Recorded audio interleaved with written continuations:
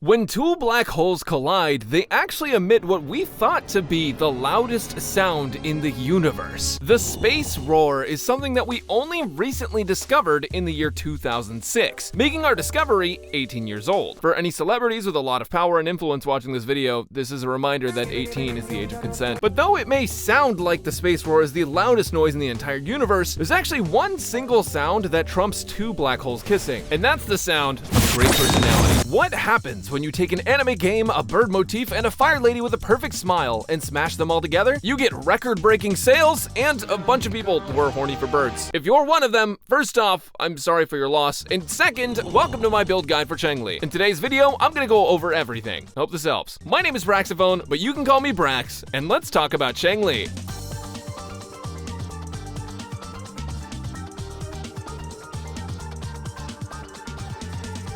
This game never fails to weather my waves, and Changli is no exception. She's an incredible character that deals great personal damage, but also uplifts her teammates with her outro skill. When her concerto gauge is full and you proc her outro, she gives your next character 20% fusion damage amplify and 25% resonance liberation amplify for 10 seconds, making her work as a damage dealer that supports your next character, though most of us just want her to support our family. Emotionally abusive Birdwife can be played in a few different ways, including as a quick swap damage dealer or a standard on-fielder, but I'll go into more details on that later to maximize ad revenue. She has a special normal attack that can be used on the ground or in the air, and after completing the combo, she gains True Sight, which allows her to see into your browser history. Each time she has True Sight active, she can use a special enhanced attack in the air that turns her into a bird, or, if used on the ground, sounds straight out of the Holy Grail War. Each time she uses her True Sight enhanced attack, she gains a stack of Inflamement, which is just a bar on her forte gauge, and for each stack that she has, her first passive will increase her fusion damage after using her enhanced attack. Aside from the fact that the sound effect makes you come, the damage on her on the ground enhanced attack is stronger than the air one and generates 1 more energy. So I personally try to use that one more, but sometimes you can save time going bird mode. Oh, and as an added bonus for forte gauge, when you get enough stacks, she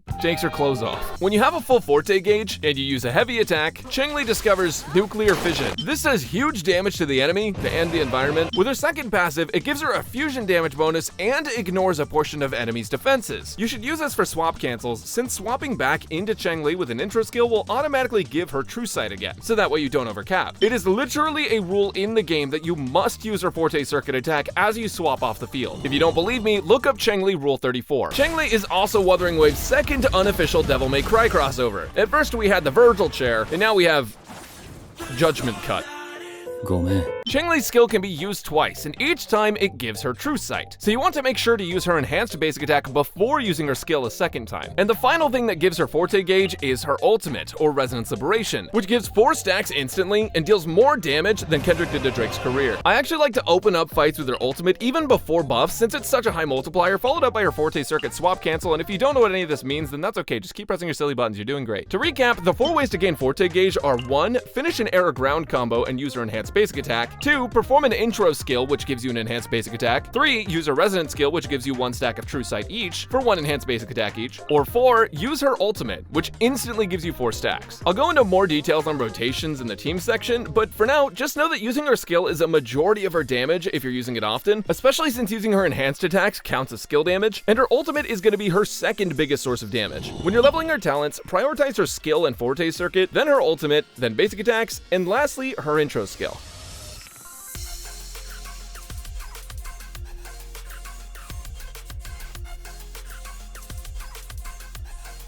Makiba's echoes are about as predictable as the plot of Titanic. In fact, the only thing that's hard to understand about this character is how her hair works. Since she does a lot of damage, you want to use 5-piece Molten Rift to maximize that potential by giving her up to 40% more fusion damage. For the main echo, I use Inferno Rider just because it gives more fusion damage and a basic attack damage bonus as well after the last hit, and it persists through character swaps. So basically, if you don't have full stacks of Inflamement, which is her Forte Circuit, but you want to swap, you can use Inferno Rider's first 2 hits, wait for the last one to start, and swap off. And when you go back to Changli, she'll catch that fusion damage bonus on her intro skill, and also have gained some energy from the echo itself. It's also, like, the best multiplier for fusion echoes and gives solid energy, so do with that information what you will. For main stats, you'll want crit rate or damage 4 costs, 2 fusion damage 3 costs, and 2 attack percent 1 costs. Attack percent is okay for one of the 3 costs if you don't have double fusion, but knowing you, you're gonna farm double fusion for her anyways, because she got you with her smile. That goddamn smile. She's degrading you, by the way. Here's a build graphic for those of you who are visual learners.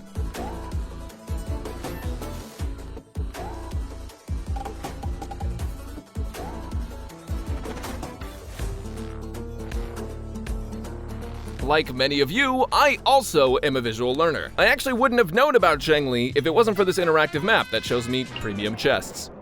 My weapons are up here. You can get plenty of weapons for premium chests, but unfortunately, her best weapons are not 3 stars. Her best weapon is her signature Blazing Brilliance, which gives an attack bonus and a skill damage bonus while having a crit damage main stat. It's not insanely broken or anything in comparison to Emerald of Genesis, the standard 5-star with a crit main stat, attack and energy regen, but compared to the next best 4-star, there's a pretty big difference. If you have R5 Commando of Conviction, it's the next best thing since you can increase her attack by a huge 30% for 15 seconds after her intro skill. But Lunar Cutter isn't far off from that at R5 as well, giving up to 24% attack when at max stacks. You might be wondering about the Battle Pass sword. Well, Looming Gloss R5 doesn't even stack up to Lunar Cutter at R1. It's definitely not a bad weapon for her, but there's other characters you'd probably rather use it on. Sword number 18 ends up being your best free-to-play option, but honestly, all the 4 stars are pretty close. Depending on your team and rotations, these rankings can change, but here's a chart showcasing what you can expect for different Changli weapons at different ranks. Not all the weapons on this chart were things that I mentioned in this section, so if you had any questions about any of them, hopefully this chart will clear things up.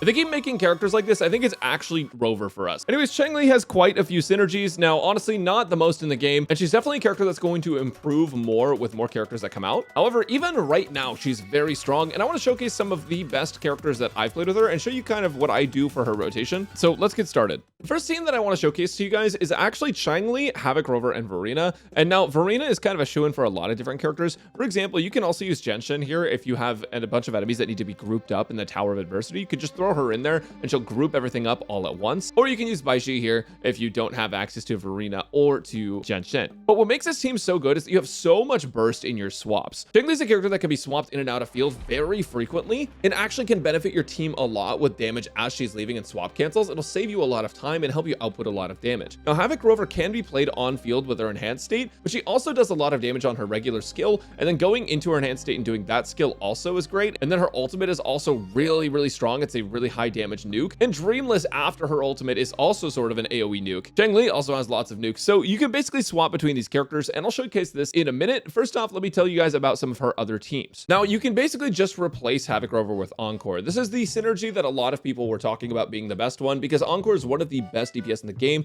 being a fusion DPS, and Changli actually buffs fusion DPS with her outro skill by giving a fusion damage amplify and resonance liberation damage amplify as well. This is one of the same reasons she works so well with Havoc Rover, is she gives resonance liberation damage amplify even if the fusion damage doesn't really do anything. And the benefit of Encore is that she can use that fusion damage one specifically. However, one thing I will say about this team is that if you don't know how to play Encore, it actually doesn't perform as well as some of the other teams on this list. Yes, Encore looks like the best character on paper, but Changli actually wants a lot of field time, and so does Encore. And if you're swapping between them, it can get a little finicky on how you actually play them. If you play Encore really well and you understand how the character works and you get to know how Changli works, this is one of her better teams. But for players who don't play a lot of Encore or don't understand Encore's kit, I actually highly recommend the Havoc Rover team instead. Now, you can also run her in a team with Jinxi. Both Changli and Jinxi do a lot of ultimate nuke damage, and because of that, when Changli increases resonance liberation damage, if you use if you use the thing with Jinxi, she can do a fair bit more damage. But also Changli just also does a lot of nuke damage as well. Realistically, what I'm seeing is a lot of quick swappable characters that deal a lot of really, really high damage all at once, working pretty well with each other.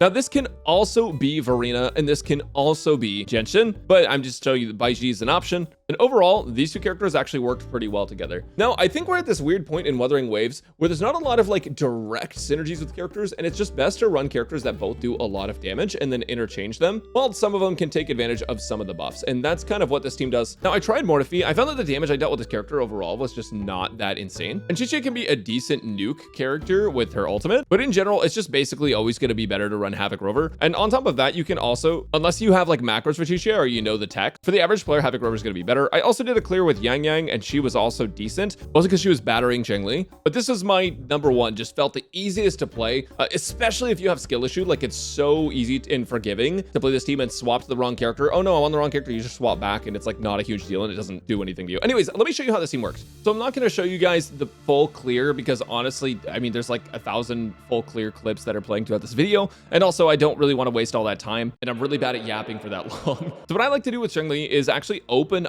up with her ultimate. And what that's going to do is instantly nuke for a bunch of damage and give 4 stacks, which allows us to use our enhanced heavy attack and swap to another character and swap cancel to save a second or two. And that's all this team is going to be, is a bunch of swaps. That way you can save a bunch of time and just use all of the animations that are going on to do maximum damage while swapping to other characters and getting a bunch of utility out of them. So we're going to start with Changli. We're going to ultimate, and right off the bat, we're going to get 4 stacks.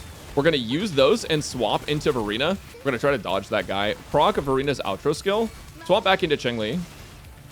And now we have both the intro for Changli, but we also get the 2 skills, which will give us a bunch of True Sight stacks. 1, 2. We're going to start the third one, swap to Havoc Rover just to finish them off. And now what I'm going to do is I'm going to go ahead and use her ultimate and Dreamless. Pop back into Changli, get the last True Sight stack. We're going to use that, swap off into Havoc Rover. We're going to use our skill, use our what's it called, our enhanced state, and then go back into Changli. We can use Changli's ultimate, give us 4 stacks. We can use this, go back into Verena again, and just it's a lot of just like swap canceling to maximize your damage and field, lessen field time for your characters. It works out pretty well. It's pretty good. We can use skill again here. We can use ultimate and Dreamless, and we can cancel Dreamless by swapping into Changli. More True Sight. It is basically just a rinse and repeat of this. That way you can really maximize characters' damage for lack of field time. And to be honest, it's just such a forgiving team. Like, you don't have to be good at it to play it and get good results. To be honest, I'm not even sure that I explained that the best, but yeah, just do lots of swaps and you'll be fine. Smile. That's why I say it's really forgiving, because you don't even really have to follow any sort of strict rotation with that team to get good results. Havoc Rover and Changli both just do so much damage. Her with the Resonance Liberation, Changli gives the Amplify the Resonance Liberation. Verena's gonna buff both of them, and both of them have pretty short cooldowns with swappable abilities and Dreamless and all that. It's just really easy to play, and I really like that team. Next up, you better give your bank account a call, because they're gonna want to know where all your money went.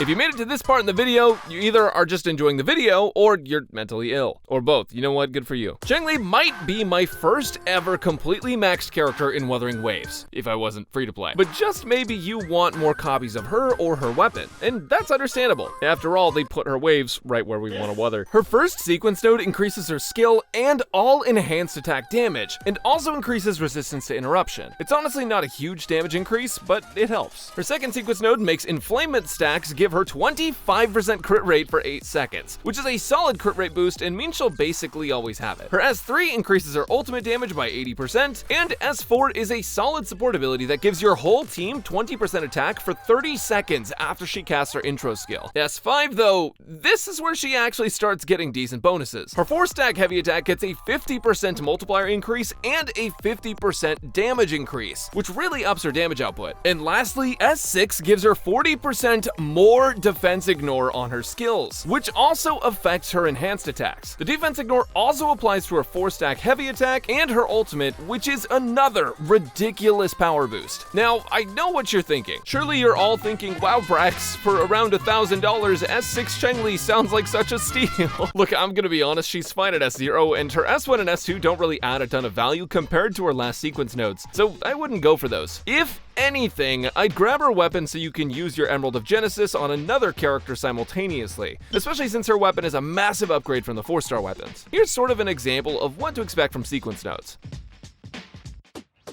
But that graph can't stop me because I can't read.